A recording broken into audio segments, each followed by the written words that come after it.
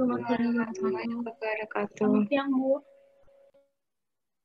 Oke, selamat siang teman-teman semuanya. Hari ini kita belajar kembali mata kuliah Bahasa Indonesia di pertemuan ke-7 ya.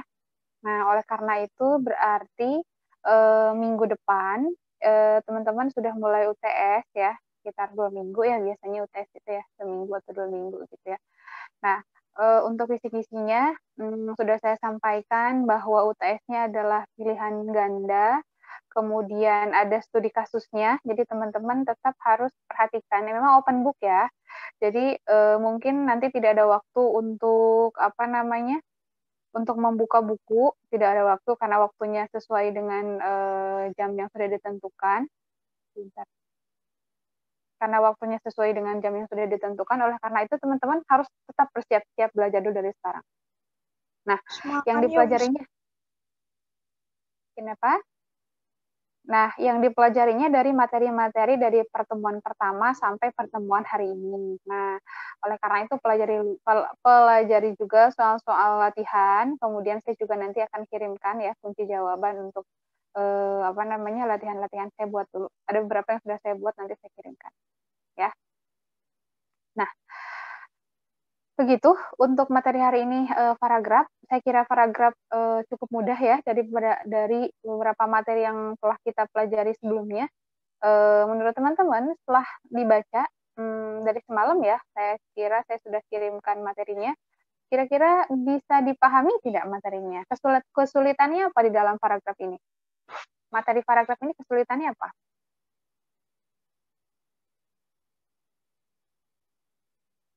Belum menemukan kesulitan?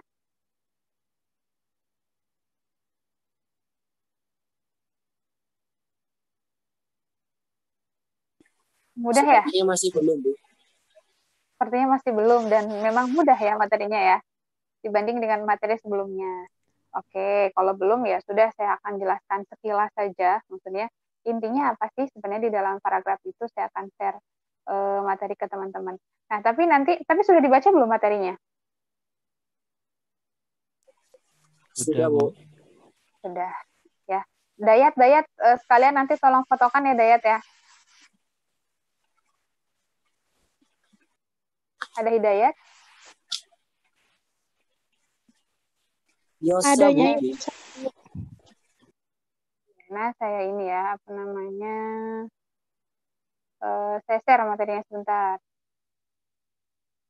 Nah, jadi ini adalah materinya paragraf. Suara saya bisa terdengar jelas? Bisa, Bu. Nah, oke. Nah, si paragraf ini ternyata setelah dipelajari oleh teman-teman tidak terdapat kesulitan ya di dalam paragraf. Nah, sebenarnya apa sih paragraf itu? Nah, yang paling penting yang harus kita ketahui bahwa paragraf itu memiliki satu gagasan utama. Gagasan utama itu apa? Sama ide pokok, kalimat topik, kalimat apalagi gagasan utama, ide pokok, kalimat topik, terus pokok pikiran gitu ya. Itu adalah istilah-istilah yang sama sebenarnya, maknanya sama. Itu adalah informasi utama gitu ya. Nah, dalam satu paragraf itu hanya boleh ada satu informasi. Nah, atau hanya boleh ada satu kalimat topik. Nah, kalau ada dua kalimat topik dalam satu paragraf, maka paragrafnya tidak benar. Lalu bagaimana caranya agar memperbaiki paragraf tersebut agar benar? Dengan memisahkan dua kalimat topik tersebut menjadi dua paragraf. Contoh misalnya, kalimat topiknya ada beberapa penyebab terjadinya banjir. Titik. Nah, itu kalimat topik. Nah, berarti kalimat penjelasnya harus menjelaskan tentang penyebab terjadinya banjir. Banjir disebabkan oleh ulah manusia. Titik. Selain itu, banjir juga disebabkan oleh faktor alam. Titik. Sudah selesai kan? Itu penyebabnya. Kemudian tiba-tiba ditambahkan lagi di kalimat terakhir, namun demikian ternyata ada solusi untuk mengatasi banjir. Nah, kalimat terakhir yang solusi itu adalah informasi baru. Kenapa? Karena kan yang di atas kalimat topiknya adalah penyebab terjadinya banjir. Nah, oleh karena itu kalau teman-teman mau menjelaskan solusi juga, maka jangan disatukan dengan kalimat sebelumnya, jangan disatukan dengan paragraf sebelumnya, buatlah di paragraf baru. Kenapa? Karena kalau disatukan berarti si paragrafnya punya dua gagasan utama atau dua ide pokok. Ya, jadi itu salah satu ciri memiliki satu gagasan utama. diperjelas dengan kalimat penjelas. Nah, selalu ada kalimat penjelas. Kalimat penjelas dalam paragraf itu ada dua ya. Ada kalimat penjelas langsung, ada kalimat penjelas tidak langsung. Nah, miniatur karangan.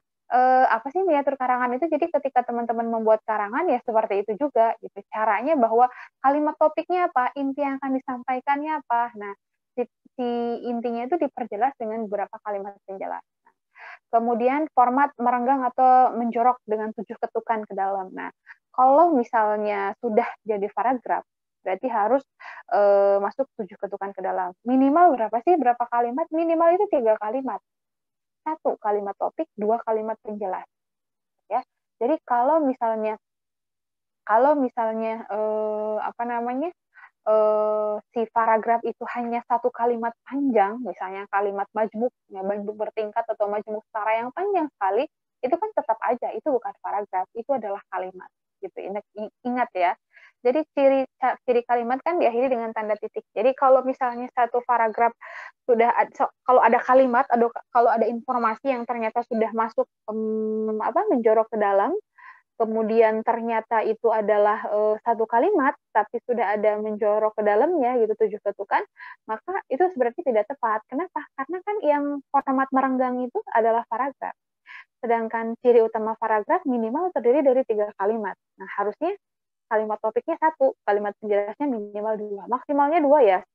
Kalau maksimalnya kan tidak mungkin 1 halaman penuh atau misalnya 1 lembar kertas A4 itu 1 paragraf, itu kan tidak mungkin. Nanti dipastikan kalau memang ada paragraf yang 1 halaman penuh gitu seperti itu ada pasti beberapa kalimat penjelas yang tidak padu gitu, tidak saling berhubungan. Atau bisa jadi malah ide pokoknya ada 2 atau gagasan utamanya ada 2 gitu. Jadi dikhawatirkan paragrafnya tidak padu, jadi ya sudah berarti maksimal paragraf itu ya standar 5, 7 gitu sampai 10 kalimat maksimalnya. Gitu. Nah, selanjutnya seperangkat yang saling berhubungan. Nah, si kalimat-kalimat penjelas itu selalu berhubungan dengan kalimat sebelumnya, entah itu berhubungan dengan kalimat topik atau berhubungan dengan kalimat si penjelas. Nah, kalau contoh kasus yang saya tadi sampaikan, ada beberapa faktor terjadinya banjir. Pertama, karena ulah manusia, kan itu termasuk faktor. Yang kedua termasuk karena bencana alam atau misalnya karena faktor alam, itu juga kan menjelaskan kalimat topik. Tapi di kalimat terakhir saya sampaikan bahwa ada solusi untuk mengatasi banjir. Nah, si solusi ini tidak berhubungan dengan kalimat sebelumnya. Gitu. Dia tidak menjelaskan tentang faktor alam apa saja contohnya, tidak. Dia tidak menjelaskan tentang faktor-faktor penyebab terjadi banjir, tidak. Tapi itu adalah informasi baru. Nah, kalau ada informasi baru seperti itu, ya tidak memenuhi syarat paragraf. Kenapa? Karena kan ide pokoknya ada 2. Nah, dibuatlah 2 paragraf. Nah, kalimat topik itu apa? Nah, teman-teman sudah baca ya, tentu kalimat topik itu secara umum istilahnya adalah kata-kata yang bersifat umum atau mengandung pembahasan suatu permasalahan yang dapat dikembangkan. Contohnya tadi beberapa faktor terjadinya banjir atau misalnya manfaat minum air mineral. Nah, itu juga disebutkan. Kalimat penjelasnya apa ya? Manfaatnya disebutkan. Atau misalnya kalimat topik juga yang mengandung rincian, misalnya beberapa cara masuk perguruan tinggi. Gitu. Jadi biasanya ada beberapa atau misalnya manfaat, dampak, efek, pengaruh gitu. Itu biasanya menjadi kalimat topik. Gitu ya. Nah, si kalimat topik ini ternyata bisa diletakkan di awal, di akhir, di awal, akhir, dan di tengah, itu tergantung kita si penulis gitu ya. Gak harus selalu di awal itu yang benar, tidak. Tergantung bagaimana kita menyampaikan informasinya, mau di awal apa di akhir, terserah gitu kan. Ketika selain membuat paragraf juga kita sebenarnya sedang belajar menginformasikan sesuatu kepada seseorang gitu ya. Ketika kita memberikan informasi melalui lisan atau komunikasi lisan, keterampilan berbicara, maka sama ketika dalam menulis paragraf, bedanya paragraf itu adalah keterampilan menulis. Bagaimana kita menyimpan informasi, mau di awal dulu, mau di awal gitu langsung disebutkan, atau mau di akhir gitu kan, tergantung kita menyampaikan informasi seperti apa. Nah, belajar paragraf yang baik juga tentu kita belajar melatih kita untuk berbicara dengan baik juga secara sistematis. Karena pada dasarnya cara berbicara dengan cara menulis gitu ya, untuk menyampaikan pokok pikiran, kemudian agar dapat dipahami dengan baik harus sistematis ya, sama seperti dalam menulis paragraf ini. Nah, ini kalimat topik. Selanjutnya kalimat penjelas. Nah, kalimat penjelas ini adalah pendukung si kalimat topik tadi. Tentu dia harus mendukung. Jangan sampai ada kalimat penjelas yang tidak mendukung si kalimat topik. Nah, uraian-uraiannya bersifat khusus, tentu karena dia kan menjelaskan si kalimat penjelas. Nah, selalu ada kaitannya dengan kalimat sebelumnya. Kalau tidak ada kaitannya dengan kalimat sebelumnya, berarti dia tidak padu ya, tidak menjelaskan kalimat sebelumnya. Biasanya memiliki konjungsi. Kemudian tidak bisa berdiri sendiri. Kenapa? Karena maknanya akan kabur kalau dia tidak digabungkan dengan kalimat-kalimat sebelumnya. Gitu. Kemudian data, fakta, contoh, gitu ya, itu kalimat penjelas. Nah, kalimat penjelas ini terbagi menjadi dua. Ada kalimat penjelas langsung dan kalimat penjelas tak langsung. Ya. Jadi apa sih struktur paragraf? Nah, umumnya struktur paragraf di dalam bahasa Indonesia itu ada kalimat topik satu kan tentu, kalimat penjelas langsung, atau juga kalimat topik, kalimat penjelas langsung, kalimat penjelas tidak langsung. Gitu. Ada juga yang ide pokoknya di akhir, tinggal dibalik. Intinya kehadiran kalimat penjelas tidak langsung sebenarnya tidak wajib, gitu. Tapi tergantung kita mau menyampaikan secara jelas atau tidak. Contohnya seperti apa sih kalimat penjelas langsung itu? Contoh yang tadi ya, kita kembali contoh yang tadi. Ada beberapa penyebab terjadinya banjir. Atau ada 2 penyebab terjadinya banjir, titik. Nah, berarti itu kalimat topik. Kalimat topiknya berarti 2 penyebab terjadinya banjir. Ingat, kalimat topik bukan subjek saja. Oh, kalimat topiknya banjir. Tidak. Tapi kalimat topik itu adalah satu topik, satu informasi. Nah, satu informasi utuh. Kalau kita kembali ke belakang, satu informasi utuh itu adalah informasi yang memiliki subjek dan predikat. Nah, oleh karena itu kalimat topiknya penyebab terjadinya banjir. Nah, banjir disebabkan oleh ulah manusia, titik. Nah, berarti ini adalah salah satu penyebabnya. Nah, ini disebut sebagai kalimat penjelas langsung. Kemudian di kalimat ketiga disebutkan bahwa salah satu contoh banjir yang disebabkan oleh ulah manusia adalah dengan buang sampah sembarangan. Nah, kalimat ketiga ini bukan menjelaskan kalimat topik, tapi menjelaskan kalimat sih karena ulah manusia. Nah, oleh karena itu, ini disebut sebagai kalimat penjelas tidak langsung. Nah, ketika saya sampaikan di kalimat yang keempat, nah, selain itu, atau lalu, banjir disebabkan oleh faktor alam. Nah, kalimat keempat ini penjelas langsung atau tidak langsung? Langsung. Langsung. Bisa dipahami ya? Bisa dipahami sampai sini? Bisa. Ada pertanyaan? Oke. Bisa, Bu. Nah, ini ya strukturnya yang tadi saya sampaikan. Sebenarnya paragraf ya minimalnya seperti ini ya. Tidak mungkin paragraf yang hanya ada kalimat topik saja. Tidak mungkin. Itu bukan paragraf, berarti kalimat kan. Gitu. Jadi paragraf itu kan kumpulan dari beberapa kalimat untuk menyampaikan satu informasi. Informasinya apa? Informasinya hanya ada satu di dalam kalimat topik. Gitu. Nah, strukturnya seperti ini ya. Ini kalimat topiknya, ruang lingkup manajemen, ada apa sistem pengendalian produksi, sistem informasi dan produksi, semuanya menjelaskan kalimat topik gitu ya. Ini tidak ada kalimat penjelas tidak langsung. Kemudian nah, bagaimana sih syarat paragraf yang baik? Nah, yang pertama adalah kesatuan. Kesatuan ini yang sudah saya sampaikan tadi bahwa si paragraf dikatakan baik kalau punya satu ide pokok, kalau punya satu informasi. Kalau punya dua informasi, dibuat 2 paragraf, gitu ya. Satu paragraf, satu informasi. Kepaduan. Nah, padu itu berarti antara si kalimat penjelas beberapa kalimat penjelas itu semuanya menjelaskan entah itu kalimat topik, entah itu kalimat penjelas sebelumnya. Gitu. Jadi punya kedudukan setiap kalimat penjelas. Kalimat penjelas langsung dan tidak langsung. Kemudian tuntas. Informasi yang disampaikannya lengkap. Kalau teman-teman di kalimat topiknya mengatakan ada 5 cara untuk masuk PKN STAN atau ada 5 tips masuk PKN STAN. Nah, berarti kalau menyampaikannya cuma 2 saja, berarti itu tidak lengkap atau tidak tuntas informasinya. Kemudian runtut. Nah, runtut itu banyak ya. Runtut itu bisa masalah tentang ruang dan waktu, bisa masalah kronologis, bisa masalah umum khusus gitu. Jadi ketika kita menyampaikan informasi kan bisa menggunakan pertama, kedua, ketiga, keempat, kelima gitu ya. Atau misalnya pagi hari kalau dalam narasi, siang hari, sore hari, malam hari itu ngapain ya. Selanjutnya konsistensi sudut pandang dalam sebuah dalam sebuah paragraf, tentu kalau kita menggunakan sudut pandang, entah itu orang pertama gitu ya, orang pertama itu adalah aku, saya gitu ya. Orang pertama definisinya adalah orang yang berbicara. Nah, Di situ biasanya kan kita harus konsisten ya, saya, aku gitu ya. Kemudian ada nggak sudut pandang orang kedua? Tidak ada. Kenapa? Karena definisi orang kedua adalah orang yang diajak berbicara. Orang yang diajak berbicara itu adalah Anda, gitu ya. Kamu, gitu ya. Tidak ada misalnya kamu apa di dalam sebuah cerita, tidak, kecuali di dalam monolog ya atau dialog. Nah, kemudian yang ketiga adalah orang ketiga. Orang ketiga itu berarti adalah orang yang dibicarakan. Nah, biasanya ada dia, ia, mereka, kemudian nama orang itu banyak. Harus konsisten sudut pandangnya. Nah, kemudian kita lihat kesatuan. Tadi sudah dikatakan ya bahwa kesatuan itu dia hanya mengandung satu gagasan, satu informasi, satu ide pokok gitu ya. Kemudian ini bisa dipahami ya kesatuan. Contoh kesatuannya seperti ini. Kalimat topiknya satu. Apa? Tentang angklung yang merupakan alat musik tradisional di Sunda sejak November 2020 dan dijadikan warisan oleh UNESCO. Nah, seperti ini ya. Ini kesatuan paragraf. Ide pokoknya cuma satu. Kemudian selanjutnya adalah padu. Nah, padu itu berarti terdapat hubungan yang sistematis, yang logis antara kalimat satu dengan kalimat yang lainnya. Tidak ada kalimat-kalimat atau informasi yang meloncat. Seperti tadi, contoh informasi yang meloncat seperti apa? Seperti yang tadi saya sampaikan, di kalimat topiknya menjelaskan tentang penyebab terjadinya banjir, tiba-tiba di akhir kalimat dijelaskan tentang upaya mengatasi banjir. Nah, itu loncat, berarti kan informasinya.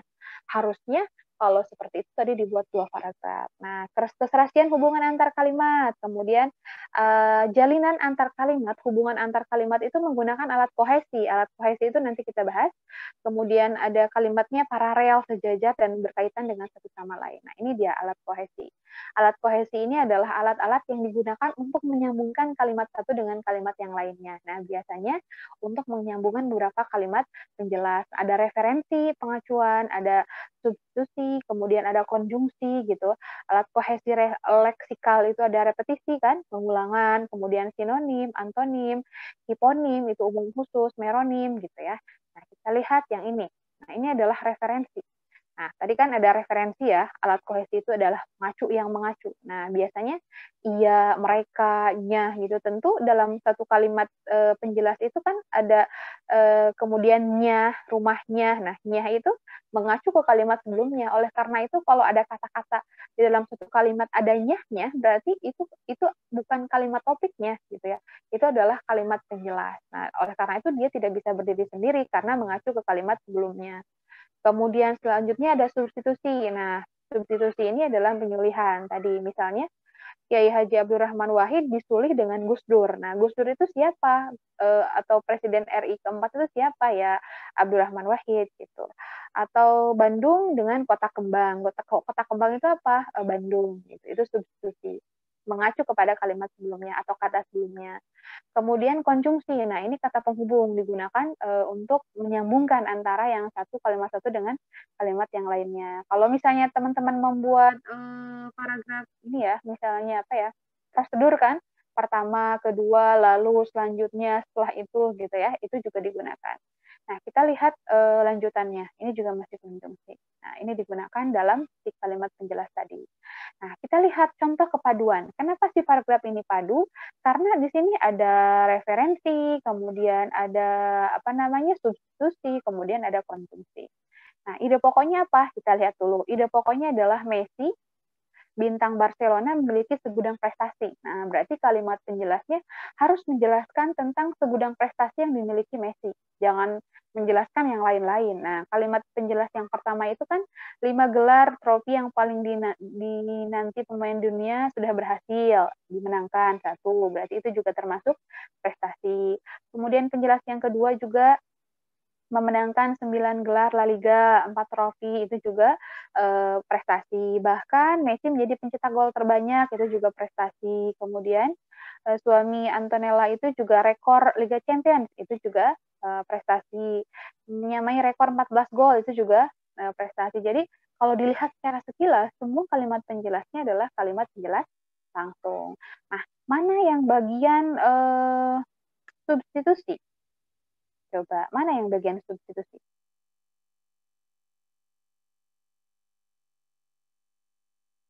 Coba cek-cek substitusi yang mana kalau dilihat dari contoh kalimatnya, paragrafnya. Yang warna biru itu. Yang warna? Biru. Oke, kalau misalnya referensi apa? Konjungsi?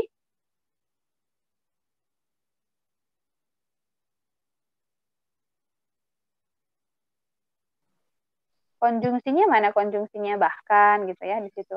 Nah, jadi salah satu kepaduan paragraf itu si kalimat-kalimat penjelasnya kan ini tidak bisa berdiri sendiri.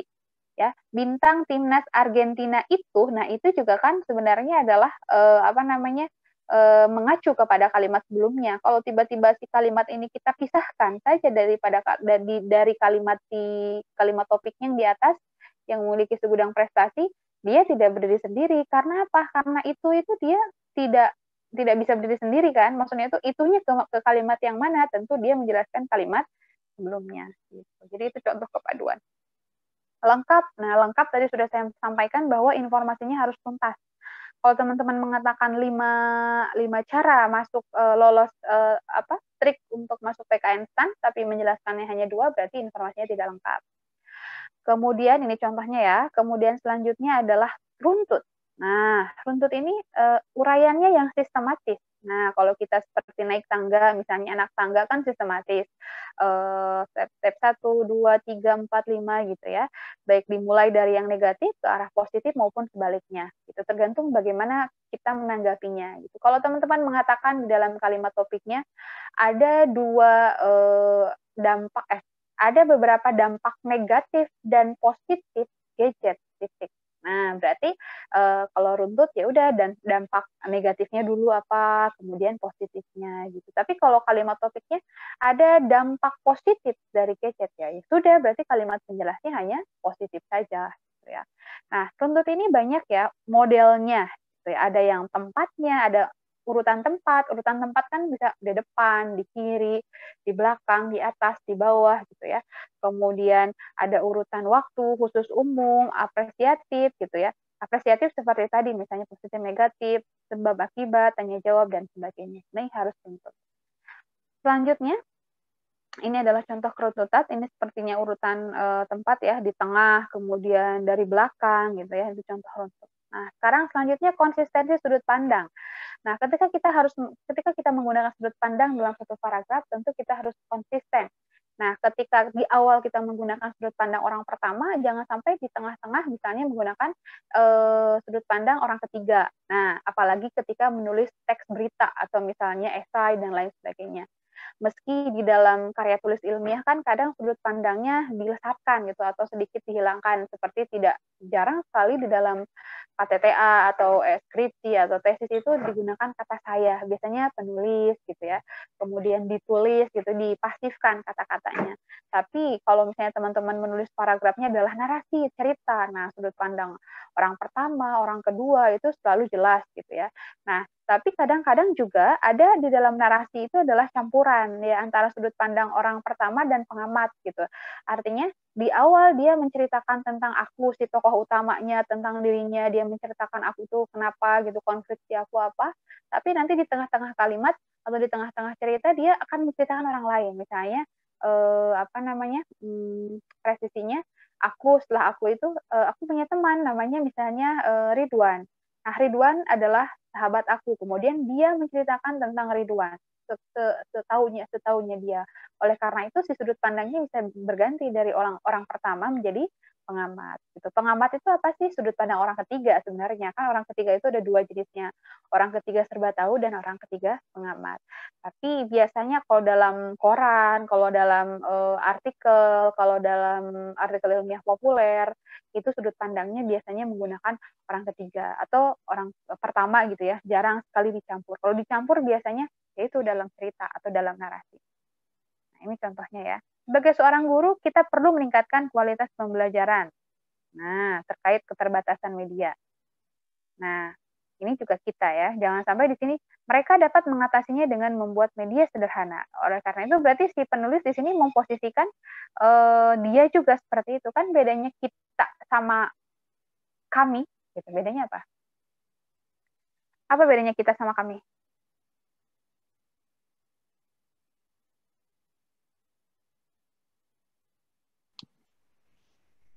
Izinku. Coba. Mungkin kalau kita itu ikut lawan bicaranya, kalau kami itu lawan bicaranya nggak ikut, Bu. Oh iya betul. Jadi orang yang diajak berbicara itu ikut serta di dalamnya gitu ya. Tapi kalau misalnya kami itu orang yang diajak berbicara tidak ikut serta di dalamnya. Nah, di sini si penulis berarti sudut pandangnya kita. Gitu. Berarti dia juga termasuk gitu ya sebagai seorang guru dia juga gitu. Oleh karena itu kita dapat mengatasinya dengan membuat media sederhana. Jangan sampai teks-teks seperti ini misalnya nanti mereka atau kamu atau Anda gitu tiba-tiba berubah jadi Anda. Ini harus konsisten karena kalau dilihat dari jenis teksnya ini sepertinya ini apa ya? Argumentasi mungkin ya. Kita dapat mengatasinya dengan membuat media sederhana ya. Kita dapat gitu ya. Jadi barang-barang bekas gitu ya. Nah, selanjutnya jenis paragraf. Nah, berdasarkan pola penalaran, berarti berdasarkan letak ide pokoknya. Ada di awal, deduktif, ada induktif di akhir, ada campuran, ada di awal di akhir, dan ineratif. Itu yang di tengah dan menyebar informasinya. Berdasarkan pola urutannya, isi, pembuka, penutup, gayanya, narasi, deskripsi, eksposisi, dan persuasi. Kita lihat berdasarkan ide pokoknya, tentu sudah jelas ya. Jadi ide pokoknya ada satu. Nah, ini di awal. Tenaga kerja yang diperlukan dalam persaingan bebas adalah tenaga kerja tinggi, pandai, terampil, dan berkepribadian. Kalimat penjelasnya semuanya menjelaskan kalimat topik. Nah, ini si tenaga kerja yang diperlukan dalam persaingan bebas ini bisa disimpan di akhir, gitu, karena bisa diganti menjadi deduktif tadi. Ya, kalau induktif berarti di akhir. Inilah musim dingin yang terjadi di negeri matahari terbit. Berarti kalimat topiknya musim dingin yang terjadi di negeri matahari terbit. Apa sih musim dingin itu? Nah, salju yang turun dari langit itu juga termasuk musim dingin kan? Beberapa di kota disulap dengan nuansa putih itu juga bagian musim dingin. Hawa dingin itu tentu musim dingin. Nah, oleh karena itu semua kalimat penjelasnya menjelaskan kalimat topik itu adalah induktif. Nah, selanjutnya ada juga deduktif induktif. Nah, deduktif induktif itu informasinya bukan berarti dua ya, tapi informasinya sama tapi diulang kembali. Jadi kalau misalnya contoh paragraf yang saya sebutkan tadi di awal tentang beberapa faktor penyebab terjadinya banjir, misalnya ada 2 faktor penyebab terjadinya banjir, titik. Banjir disebabkan oleh ulah manusia, kedua banjir disebabkan oleh faktor alam. Jadi itulah beberapa faktor terjadinya banjir. Nah, yang awalnya tadi paragrafnya ide pokoknya ada di awal, tapi ketika saya tambahkan jadi ada beberapa faktor penyebab terjadinya banjir, jadi ide pokoknya ada 2 ya, campuran di awal dan di akhir. Nah, sekarang yang ineratif ini jarang sekali ya, tapi di tengah-tengah ide pokoknya. Cara menuliskannya kalimat penjelas dulu, kemudian diakhiri dengan kalimat penjelas lagi. Nah, kalimat topiknya ini Indonesia sedang dilanda banyak musibah dan bencana. Berarti kalimat penjelasnya tentang bencana dan musibah apa sih yang melanda Indonesia? Ya, kalimat penjelasnya di atas tadi kan, Gunung Sinabung meletus, kemudian Gunung Kelud meletus, itu juga musibah kan? Banjir, kemudian kekeringan, itu juga termasuk musibah. Kemudian setelah itu dijelaskan lagi setelah kalimat topik bencana-bencana tersebut. Nah, berarti tersebut itu kan ke kalimat sebelumnya. Menelan korban itu juga termasuk bencana. Kemudian siap panen menjadi gagal panen itu juga musibah dan bencana. Kemudian apalagi itu sayur mayur hancur, harga pasar melambung itu juga kan musibah dan bencana. Oleh karena itu semua kalimat topiknya padu gitu. Menjelaskan satu topik, satu informasi. Nah, ide pokok menyebar. Nah, maksudnya seperti apa sih? Tadi sudah saya sampaikan bahwa si paragraf yang baik itu adalah paragraf yang hanya mempunyai satu informasi, satu ide pokok. Nah, kalau ide pokok menyebar, berarti ide informasinya menyebar dalam kalimat-kalimatnya. Nah, kita lihat, matahari belum tinggi benar. Embun masih tampak berkilauan. Kalimat kedua tidak menjelaskan kalimat pertama. Warna bunga menjadi sangat indah. Kalimat ketiga juga tidak menjelaskan kalimat pertama. Nah, kenapa? Karena ini adalah informasi baru. Kalimat pertama informasi baru, kalimat kedua tidak berhubungan dengan informasi yang pertama, gitu ya. Nah, ini paragraf atau ide pokok dengan menyebar seperti ini hanya ada di dalam deskripsi, ya. Tidak ada di dalam narasi, cerita, tidak ada dalam berita, tapi hanya ada dalam teks deskripsi. Kenapa? Karena deskripsi itu menggambarkan. Nah, tidak perlu ada ide pokok di dalam deskripsi. Yang perlu itu menggambarkan bagaimana si pembicara atau si pendengar bisa melihat apa yang kita lihat, mendengar apa yang kita dengar, ya, merasa apa yang kita rasa, mencium apa yang kita cium. Nah, itu adalah menyebar. Jadi kalimat kedua, ketiga itu tidak saling menjelaskan, tapi menggambarkan saja. Nah, oleh karena itu paragraf deskripsi itu tidak ada ide pokoknya sebenarnya, tapi informasinya semuanya baru. Kemudian selanjutnya adalah, nah ini berdasarkan pola urutan ya, kalau membuat artikel ada pembuka, isi, dan penutup juga sama seperti itu. Nah sekarang menurut menurut jenisnya, nah ada paragraf narasi. Nah paragraf setelah kita sudah tahu bahwa paragraf itu kan harus punya satu ide pokok, kita harus tahu jenisnya. Kita menulis paragraf sudah tahu nih kalimat penjelasnya itu ada yang langsung, tidak langsung, kalimat topiknya harus ada satu. Lalu jenis paragraf apa yang akan kita buat? Nah, ini kembali sesuai dengan tujuan kita, ya. Tujuannya kita mau menulis apa? Apakah narasi? Apakah mau bikin teks akademik gitu ya? Artikel, esai, cerita itu harus kembalikan. Nah, narasi ini adalah cerita. Narasi ini sebenarnya terbagi jadi dua, narasi fakta dan fiksi. Narasi fakta itu kan semua cerita, fakta itu adalah narasi. Di dalam berita itu ada narasinya. Jadi perlu teman-teman ketahui, satu teks panjang, kalau baca koran itu kan panjang sekali, dalam satu berita itu pasti ada narasinya, gitu ya. Kadang ada deskripsinya, ada eksposisinya, gitu, ada argumentasinya. Jadi tidak selalu berdiri sendiri. Mereka bisa bersamaan, disatukan. Nah, misalnya ketika berita panjang tentang kecelakaan, misalnya kecelakaan tabrakan mobil dengan kereta, misalnya itu kan waktu itu. Nah, kemudian di situ juga kan ada urutan kronologisnya, ceritanya seperti apa sih kok sampai tabrakan, nah diceritakan, itu maksudnya narasi. Nah, kemudian selanjutnya dideskripsikan, bagaimana bentuk mobilnya, bagaimana bentuk